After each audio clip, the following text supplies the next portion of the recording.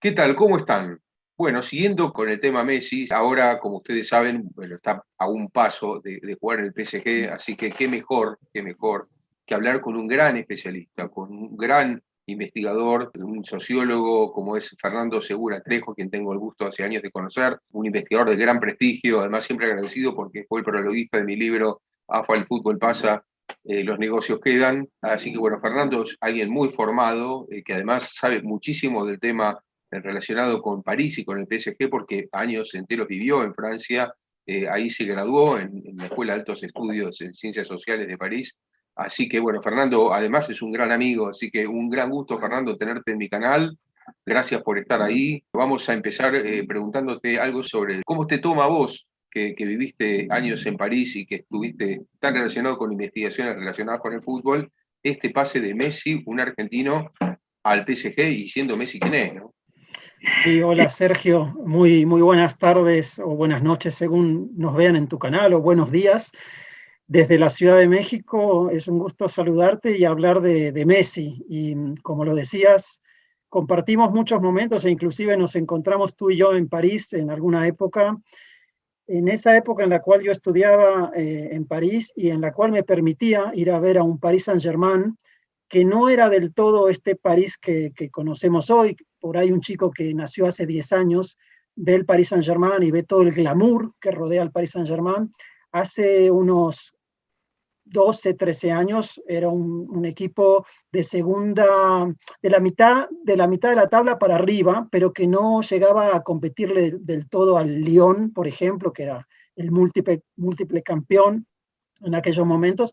E históricamente el Paris Saint-Germain en el fútbol francés, si bien ahora es el club más ganador, eh, siempre ha estado detrás del Marsella, incluso del Saint-Étienne, que digamos tienen más peso histórico. ¿Cómo lo toma Messi en este momento ir al Paris Saint-Germain? Es otro Paris Saint-Germain desde la llegada de los cataríes por ahí del 2011. Ahí se dio una transición que yo la viví estando en París y que era la aspiración de hacer un club realmente de primer nivel europeo.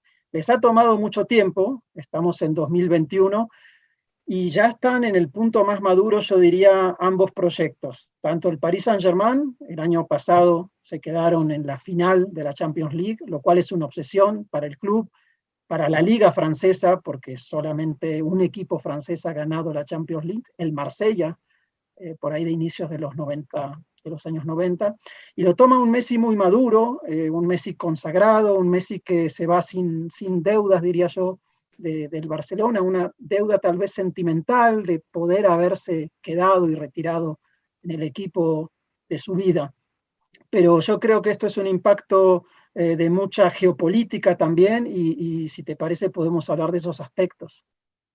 Sí, me interesa mucho, Fernando, hablar de esos aspectos. Por ejemplo, la primera, yo recuerdo algo que dialogué con vos. Bueno, vos tuviste intervenciones brillantes conmigo en entrevista para Infobae. Me acuerdo cuando hablamos ya de la final del Mundial 2018 en Moscú, ¿no? Que hicimos una entrevista donde me hablaste de Francia. Todavía recuerdo muchas de las cosas que dijiste, tan impresionantes. Entonces, te quería preguntar sobre esto que una vez me dijiste también, la necesidad de París, tal vez que este renacimiento por tener en la ciudad de París un equipo fuerte, ¿no? Para tener un nivel de competencia alta con otras ciudades, como Lyon, como Marsella, ¿no?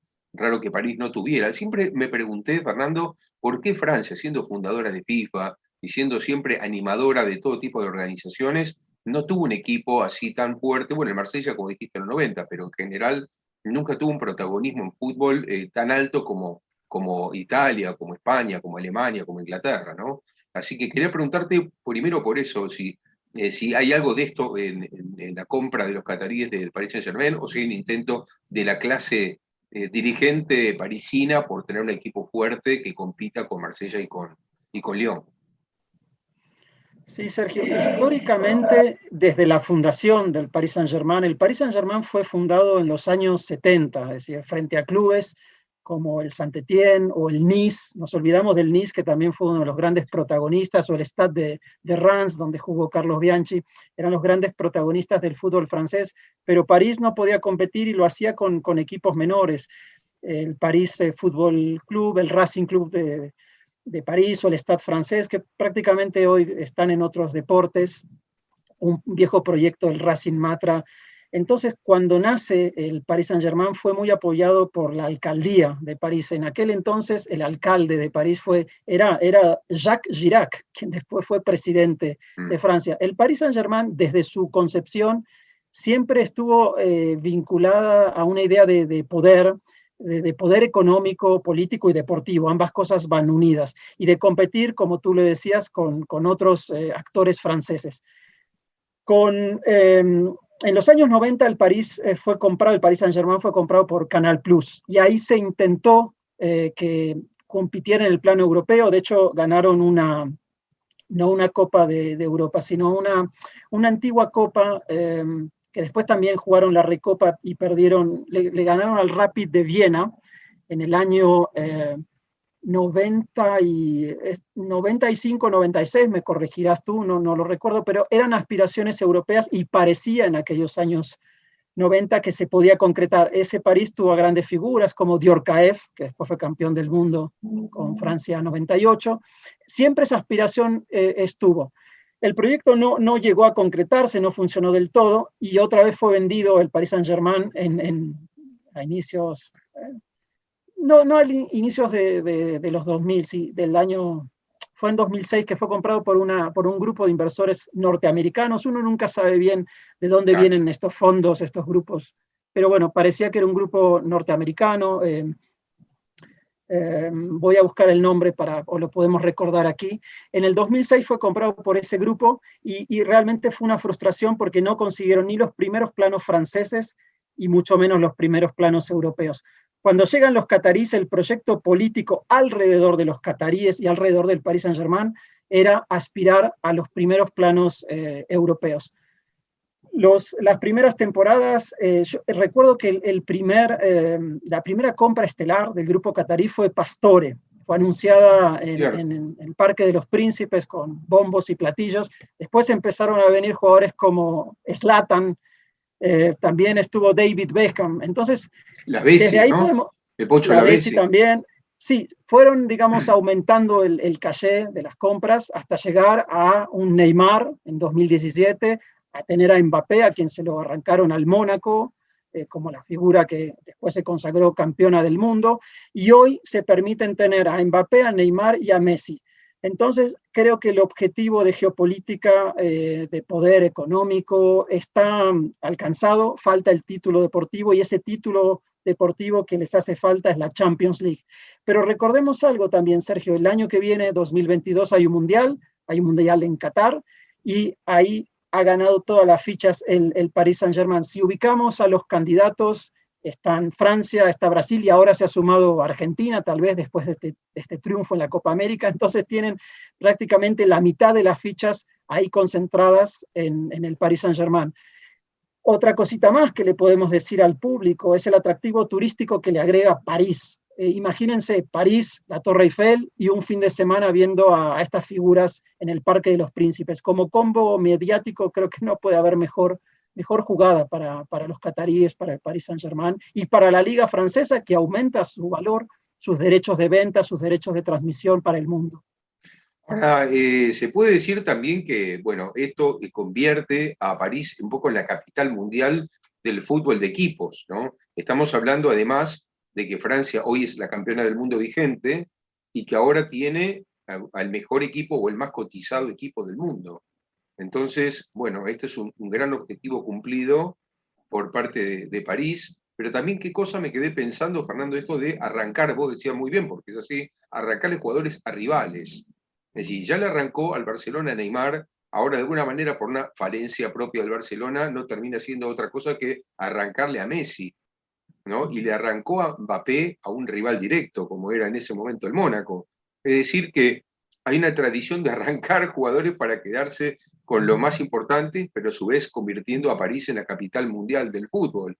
Por eso decía también algo que nunca Francia había conseguido, tal vez ese nivel de atracción, ¿no? con estos cambios. Me parece que son cambios estructurales muy importantes. Pero sobre esto te quería preguntar también otra cosa que va adherida, que es el hecho del fair play financiero, porque Lo que se está debatiendo, por ejemplo, en España, futbolísticamente, es cómo puede ser que nosotros en el Barcelona tenemos tantos problemas con la liga, que no nos permiten fichar, que tenemos un techo muy bajo, y el Paris Saint-Germain ficha uno, ficha el otro, ficha un tercero, porque llegó Sergio Ramos, llegó Donnarumma, es decir, llegaron Wijnaldum, sí, jugadores muy importantes, y parece que no hay problemas ahí con el techo o con el fair play financiero, ¿no?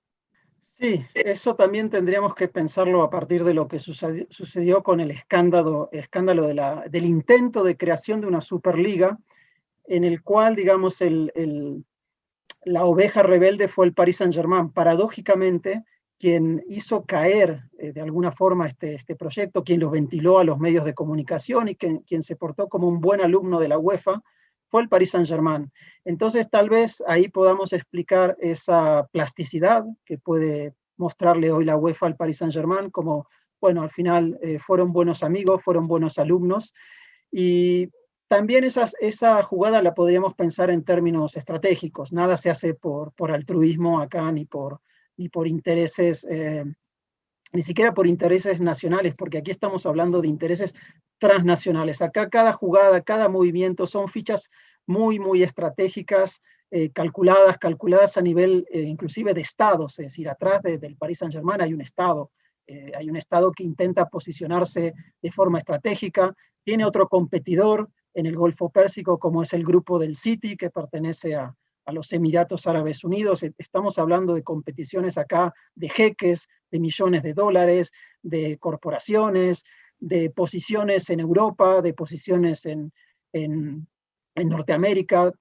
Qatar jugó la Copa de Oro acá en la CONCACAF, llegó a una semifinal contra Estados Unidos, es decir, se mueven fichas a un nivel de globalización que para un espectador común a veces es difícil. Para nosotros mismos que analizamos, tenemos que poner muchas variables sobre la mesa para interpretar, porque finalmente lo único que podemos hacer es interpretar.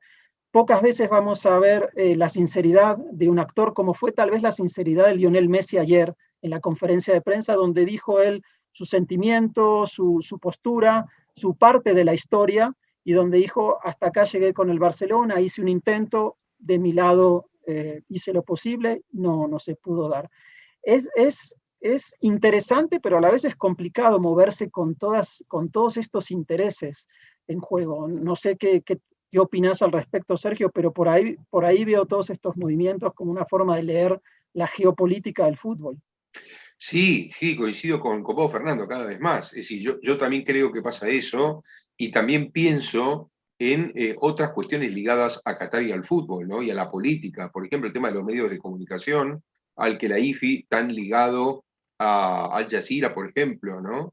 Eso me parece también importante, que tiene derechos internacionales de los más importantes torneos y el PSG de alguna manera está ligado a eso. Todo el affair de Sarkozy con la votación de Qatar como sede del Mundial que viene, los cambios con Platini, ¿te acordás todo eso que pasó? Que hubo un convencimiento, y ahí pongo como nunca comillas, a Platini en aquella cena con Al-Khelaifi y con Sarkozy, para que cambiara de postura con respecto a Qatar.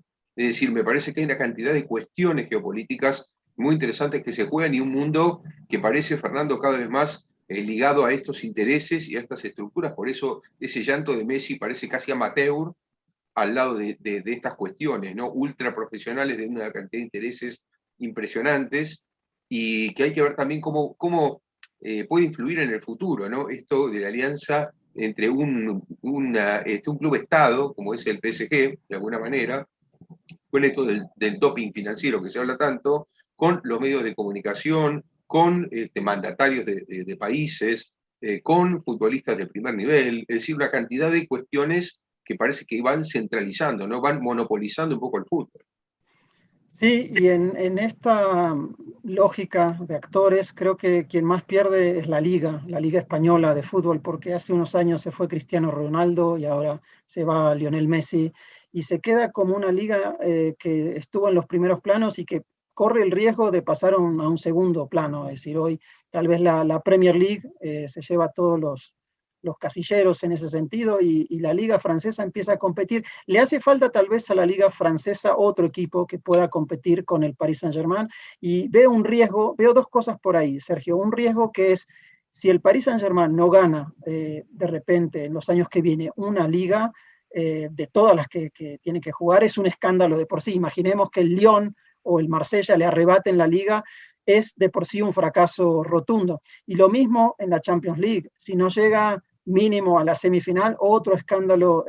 Hay algunos riesgos, inclusive para la carrera de Messi. Pero hay otro aspecto que me hace pensar en lo que estabas diciendo, Sergio, de la geopolítica, del epicentro del fútbol mundial, que parece que se traslada hoy al eje Qatar, Francia o París. Tenemos los Juegos Olímpicos de 2024 en París, nada menos que en París. Y por ahí tenemos otra carta que se puede anunciar, que es una posible participación de Lionel Messi, si Argentina clasifica en fútbol a los Juegos Olímpicos, una posible participación de ¿por qué no?, Neymar. Yo creo que ahí va a haber hasta presiones políticas o más bien convencimientos políticos para que las figuras del fútbol en este caso estén presentes en París, y Francia me imagino que va a presentar un equipo mucho más fuerte del que presentó en Tokio 2020-2021, con un equipo bastante endeble que se quedó en primera ronda. Así que tenemos Mundial 2022 en Qatar, luego tenemos el femenino en Australia y luego tenemos los Juegos Olímpicos de 2024 en París. Es interesante para leer estas relaciones de poderes en el fútbol. Sí, sí, y yo creo que en ese orden me parece que va justo esto de que el contrato de Messi llegue justo hasta los Juegos Olímpicos, ¿no? Porque se habla de 2 temporadas, pero bueno, hay derecho a otra, con lo cual Messi llegaría justo, y yo creo que no es casual que se le ofrezca un contrato en el que la finalización es justo con los Juegos Olímpicos. Así que me parece que da bien ahí con tu idea, y sería esto yendo ya a un terreno más argentino, pero un poquito la venganza un siglo después, porque Argentina, la historia dice que en los Juegos Olímpicos de París Argentina había ganado el preolímpico. O sea, Argentina era el equipo que tenía que representar a Sudamérica en los Juegos Olímpicos de París 24, y no fue por disidencia entre las 2 ligas argentinas. Entonces le dio un plazo el Comité Olímpico a las federaciones, a las 2 federaciones argentinas, de que se pusieran de acuerdo. Llegado el plazo, ni con la mediación del presidente Alvear se pudo, no se llegó a un acuerdo. Argentina no fue Uruguay, salió campeona reemplazando a Argentina. Así que bueno, a lo mejor esta vez Argentina tiene posibilidad con Messi, ¿no?, de jugar, y que Messi gane una segunda medalla dorada olímpica, así que sería realmente extraordinario. Pero yendo otra vez a lo que es el PSG, también quería preguntarte si se puede decir de alguna manera, Fernando, yendo a la historia, que Carlos Bianchi es la primera estrella que contrató el PSG en su historia, porque así tengo entendido, ¿no?, que un poco Carlos Bianchi fue la primera gran figura, ¿no?, que llega al PSG. Sí, podemos verlo de esa manera. Carlos Bianchi era ultra goleador en el Stade de Reims y fue contratado por ese Paris Saint-Germain que emergía y que buscaba desde aquel momento arrancarle figuras, como lo decías, a los otros equipos. Y estuvo poco tiempo Bianchi en el Paris Saint-Germain, pero fue esa idea de contratar estrellas desde un inicio. En aquella época el Paris Saint-Germain no aspiraba tal vez a ganar una Champions League, pero sí hay una constante, y tú lo mencionabas más allá del fútbol, esa cena entre Platini, el presidente de Francia, Nicolas Sarkozy, y los cataríes, es decir, esto que decíamos de que París es un centro mundial, del turismo mundial, de la moda, y acá podemos agregar ese otro aspecto. El fútbol ya es una moda de alta gama en estos niveles que estamos hablando, Paris Saint-Germain, Real Madrid, el Barcelona, el Manchester City. Yo también lo vería en términos casi de alta moda, alta gama. Estamos hablando de una élite, y esto le viene bien a la UEFA también, porque esa idea de una liga competidora, la Superliga, con el Paris Saint-Germain y con todas estas figuras dentro, hasta pueden decir, bueno, tráiganos una Superliga, que nosotros acá tenemos un equipo muy, muy importante para competirles a sus intentos. No sé hacia dónde van a ir esas luchas de poder, pero pienso y me animo a decir que la Superliga está encajonada por unos años con estos movimientos que se están dando.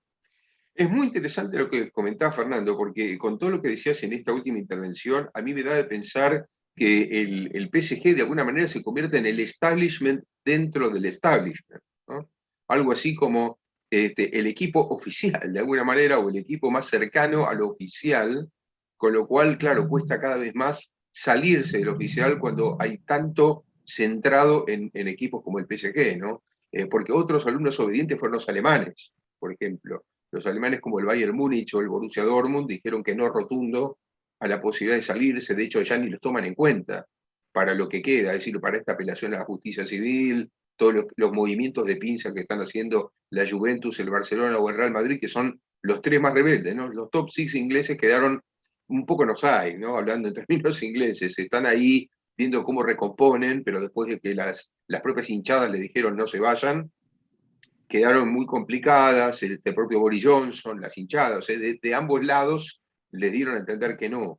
Pero el caso de los alemanes claramente están alineados con el PSG, ¿no? Así como que no quieren saber nada. O sea que ya para una Superliga está realmente complicada la cosa, porque va a estar al menos dividida. Es cierto, y me olvidé mencionarlo, los clubes alemanes fueron otros buenos alumnos de las competiciones europeas, de la tradición europea vigente. Y otra cosa que mencionabas y que lo pensaba en el momento cuando Boris Johnson llamó para reprender a los clubes ingleses que estaban inmiscuidos, es paradójico pensar que el principal promotor del Brexit llama a los clubes británicos para decirles de Europa no se van. Claro. Entonces, ¿hasta qué punto es importante para la geopolítica europea mantenerse unida a sus tradiciones? Para los estados, para que el propio Boris Johnson diga no, de Europa no se van, ustedes se quedan con la UEFA. Es muy interesante esto. Sí, sí, por supuesto que sí, por supuesto que sí. Y pensaba en otros jugadores argentinos también, Fernando, que pasaron por el PSG. Pensaba en el propio Pochettino, ¿no? Pochettino fue un jugador destacado del PSG. Pensaba en Gabriel Heinze, ¿no? Otro jugador argentino. Marcelo Gallardo, me parece que en algún momento brevemente, porque él está más ligado al Mónaco, pero me parece que tal vez tuvo un paso breve por el PSG. No estoy seguro de esto, si Sí, fue breve o Marcelo no. Gallardo, sí, sí, estuvo también Juan Pablo Sorín, que Sorín. fue muy, muy celebrado en el Paris Saint-Germain, a la postre se acuerdan mucho de Juan Pizorín, y Gallardo estuvo, en efecto, estuvo en 2006, en esos años que el Paris Saint-Germain estaba entre la transición entre este grupo norteamericano y Canal Plus, ahí compraron a Gallardo, creo que estuvo una temporada. Después, digamos, lo compraron como el número 10, es decir, Gallardo venía de unos años en el Mónaco, había sido una figura importante en el Mónaco, La y dupla después tuvieron, con Trezeguet, me acuerdo, ¿no? Con David Trezeguet en el Mónaco, ¿no? Gallardo Trezeguet, una dupla sí, importante también ahí. Hugo Ibarra jugaba en ese equipo del Mónaco, le compitieron en una semifinal y eliminaron al Real Madrid, jugaron la final con el Porto en 2004 y perdieron contra un Porto que era dirigido por Mourinho, Sí, para hacer un poquito de sí, historia acá sí, sí, sí, de las sí, sí. competiciones. Luego el Paris Saint-Germain tuvo un 10 brasileño en esos años post Gallardo, que fue Nené, que después se terminó retirando, creo que en el Vasco da Gama, si no es que sigue jugando en Brasil, no estoy actualizado de la carrera de Nené, pero eran figuras que eran de alto nivel, pero no estamos hablando del más alto nivel como empezó a darse desde la llegada de Zlatan. Yo creo que desde la llegada de Zlatan empezaron a apostar a los jugadores top de lo top. Después Mm. vinieron toda esta lista de jugadores y hoy tienen el equipo, quizás ese equipo al que todos le van a querer ganar, como era el Real Madrid hace unos años o el Barcelona en la época de Guardiola, que digamos la tensión deportiva y política también pasaba por ganarle a un equipo. Hoy ese equipo para mí se ha convertido ya con el anuncio de Messi en el Paris Saint-Germain. Todos van a querer ganarle al Paris Saint-Germain, por lo tanto no le va a ser fácil tampoco al Paris Saint-Germain, por más rodeado de estrellas que estén todas sus líneas. Si un equipo de menor talla los elimina, va a ser también todo un problema para los intereses Claro. involucrados aquí. Ahora, dos preguntas que se me ocurren, Fernando, importantes. Una, antes me hablabas de esto de un cierto unicato en Francia, porque no hay ningún equipo de ese nivel. Es decir, hay algunos equipos que se me ocurre a mí que le pueden pelear, se me ocurren tres que son a bote pronto los que aparecen, ¿no? Lille, por haber salido campeón en el campeonato pasado y destronar después de mucho tiempo al PSG por un lado, y el Marsella y el Lyon por una cuestión de tradición y porque mantienen ciertos planteles más o menos fuertes. El Lyon le hizo partidos ya el año pasado varias veces, y el Marsella, que además tiene un argentino, ¿no? Como Sampaoli allí. Entonces, con, bueno, un Benedetto un poco disminuido, pero Benedetto aún está, con Payet, ¿no? Pero se me ocurre preguntarte por ese lado, ¿no? ¿Hay alguna chance de que haya algún tipo de posibilidades, más allá de que sería una sorpresa, pero que le pueden pelear, o ya ahora con este asunto no? Y la otra cosa que te quería preguntar es cómo se acomodan los medios de comunicación ante estas coberturas. Es decir, a partir del fenómeno PSG, según uno está acostumbrado a esos diarios hermosos, deportivos o no, como, bueno, Francia tiene los mejores del mundo, y que tienen gran influencia, mucho más que el fútbol, ¿no? Los medios tienen más influencia que el fútbol en sí, como es el caso del Equipe, como es el caso de Parisien, como es el caso de Le Monde, es decir, la cantidad de medios realmente importantes. Entonces, ¿cómo, o France Football, me estoy olvidando de France Football, es decir, esos medios, ¿hay algún tipo de euforia particular o han mostrado cierta medida, digamos, han tratado de medir en esta posible llegada de Messi? Es decir, ¿cómo están tomando los medios esto? Bueno, a ver, para responder a la primera parte de tu pregunta, siempre hay posibilidades de pelearle al poderoso en el fútbol, y eso es algo interesante de este deporte, que también se puede dar en otros deportes, pero en algunos es más difícil.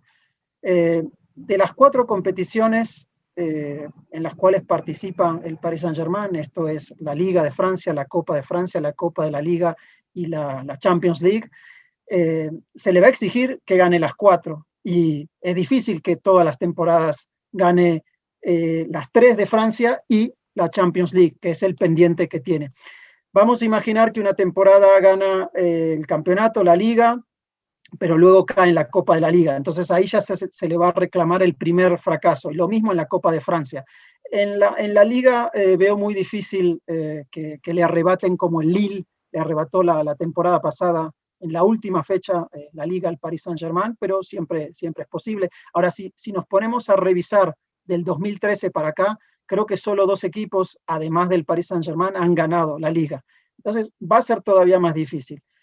Pero es interesante que a veces por todas las competiciones en las cuales va a participar el Paris Saint-Germain, y seguramente su foco principal, si llega a perder la Liga en una temporada pero gana la Champions League, bueno, se le perdonará esa liga.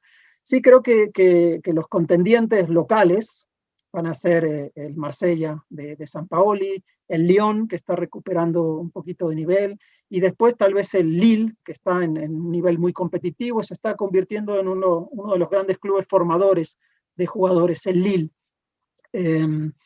Bueno, hay nuevos también actores en el fútbol francés, y el equipo con el que debutó este fin de semana, el Troyes o Troyes en castellano, es un equipo que acaba de ser un equipo menor, pero acaba de ser comprado por el grupo City, por toda este conglomerado de clubes que pertenecen al City, es decir, al City Group, exactamente. Entonces, está empezando la liga francesa a crecer en términos económicos, y a eso me refiero que le va a convenir a la liga francesa tener por lo menos 1 o 2 equipos que le compitan al Paris Saint-Germain. Si no, va a ser una liga aburrida de ver. Ya vamos a conocer los resultados por anticipación. Entonces, esa es la primera parte de la respuesta. Y la segunda, que me preguntaba sobre los medios de comunicación, sí creo que los medios, sobre todo deportivos, están eufóricos, pero los toma en un momento donde Francia acaba de hacer un buen papel en los Juegos de Tokio, entonces también hay euforia por ahí, porque se han traído muchas medallas en deportes colectivos, y ahora se anuncian los Juegos Olímpicos. Ayer se dio el traspaso, en el momento que estamos grabando digo ayer, porque fue en el día de ayer que terminó Tokio y se anunció, bueno, empiezan las Olimpiadas hasta llegar a París 2024. Entonces, hay un momento de festejo, de clima, de sentir que Francia es el epicentro por este momento que vive el fútbol, que vive el Paris Saint-Germain, y por esta preparación de los Juegos Olímpicos, es el epicentro mundial del deporte, tal vez, en los años a venir. Se antoja, por lo tanto, Sergio, empezar a reservar nuestros lugares para ir a París 2024. Sí, sí, así es, así es. Bueno, Francia pasa a ser uno de los centros más atractivos del deporte, no solo de fútbol, pero ni hablar de fútbol, ¿no? Siendo además vigente campeona y bueno, con las figuras que tiene, porque además tiene un plantel increíble, más allá de que la Eurocopa haya trastabillado un poco, pero de todas maneras siempre tiene un equipo competitivo, ¿no? Y Fernando, para ir terminando, también me queda preguntarte dos cosas más. Una que tiene que ver con algo que vos investigaste como pocos, que es el tema de la violencia en el fútbol. Y bueno, Paris Saint-Germain está muy ligado por su barra brava, que no sé cómo está hoy la situación de los ultras, ¿no? Que siempre eran un problema. Entonces, no sé cómo administra esta gestión catarí el tema de los ultras, la relación de los ultras con el club. Esa sería una pregunta. Y casi te diría que la última, para terminar, salvo que aparezca algo a último momento, pero sería cómo toma el francés futbolero en general, y más el hincha del Paris Saint-Germain, vos que viviste en París y que pudiste respirar eso, esto de que Messi haya llorado y que haya mostrado tanto amor por el Barcelona. Es decir, más allá de todo, ahora pasa a ser un jugador de PSG que llega a un club, pero manifestando el amor por otro, con lo cual no sé si esto se le perdona todo porque es Messi, porque llega y porque es una nueva estrella, o hay algún resquemor por alguien que llega pero que de alguna manera mostró que su corazón está en otro lado. Pero yo creo que al público del fútbol, al seguidor del Paris Saint-Germain, no le importa tanto ese aspecto y está contento de recibir a Lionel Messi, la figura mundial, el jugador que esta generación considera como el mejor jugador tal vez de la historia para aquellos que han visto, digamos, de los 10 últimos años para acá el fútbol, es sin duda Messi el rey absoluto.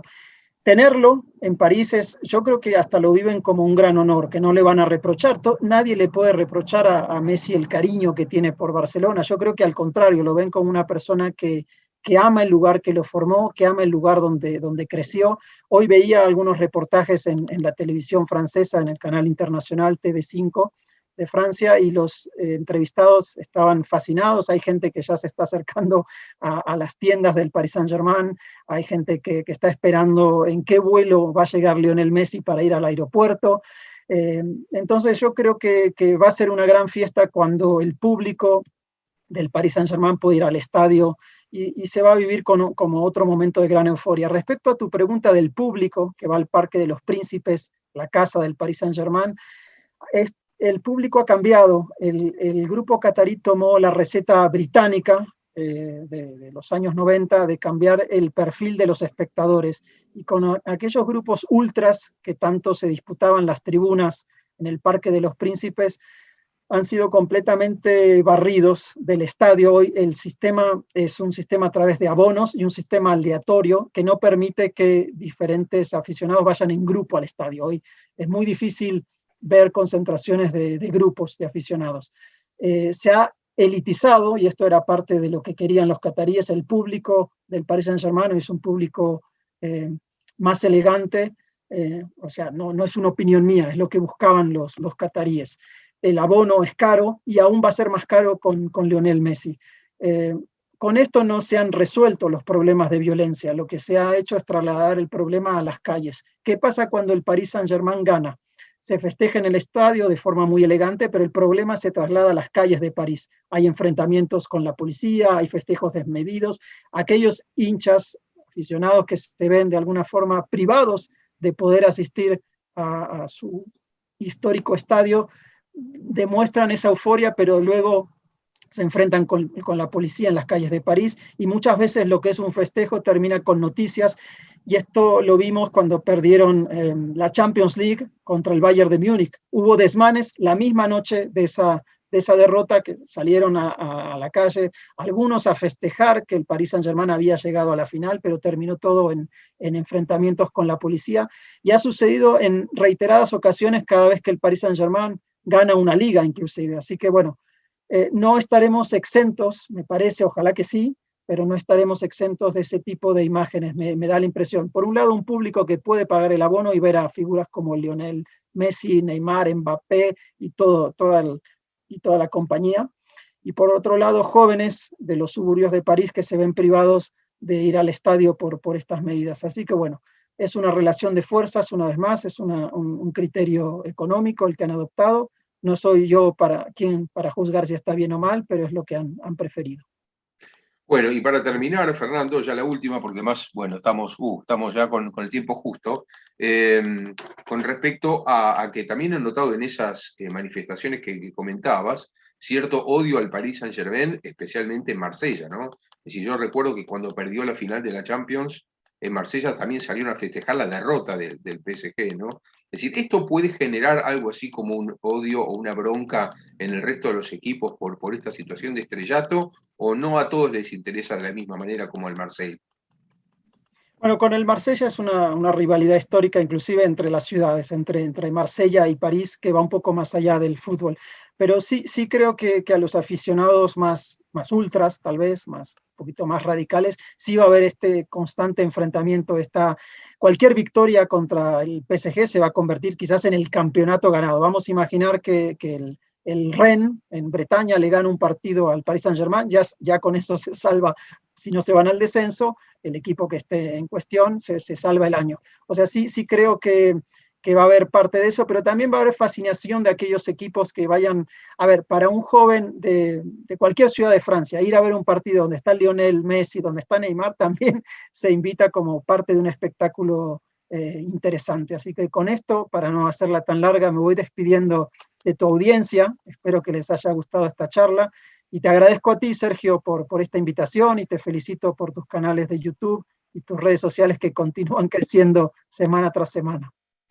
Muchísimas gracias, Fernando. Muchísimas gracias por tu intervención. Un gran placer y bueno, ya habrán ustedes notado entonces todo lo que Fernando puede aportar. Hemos tenido un panorama totalmente amplio sobre el Paris Saint-Germain, sobre lo que es este club al que muy probablemente, digo el muy, porque es muy probable que Lionel Messi aparezca ya jugando en pocas semanas más, en pocos días más, quizá en este equipo. Así que muchísimas gracias, Fernando. Un gran abrazo. Gran abrazo. Nos vemos. Ustedes también nos vemos en la próxima. Así que chau, espero que hayan disfrutado de este video. No olviden de suscribirse, no se olviden por favor de suscribirse, poner me gusta acá abajo y de compartir este video. Hasta la próxima.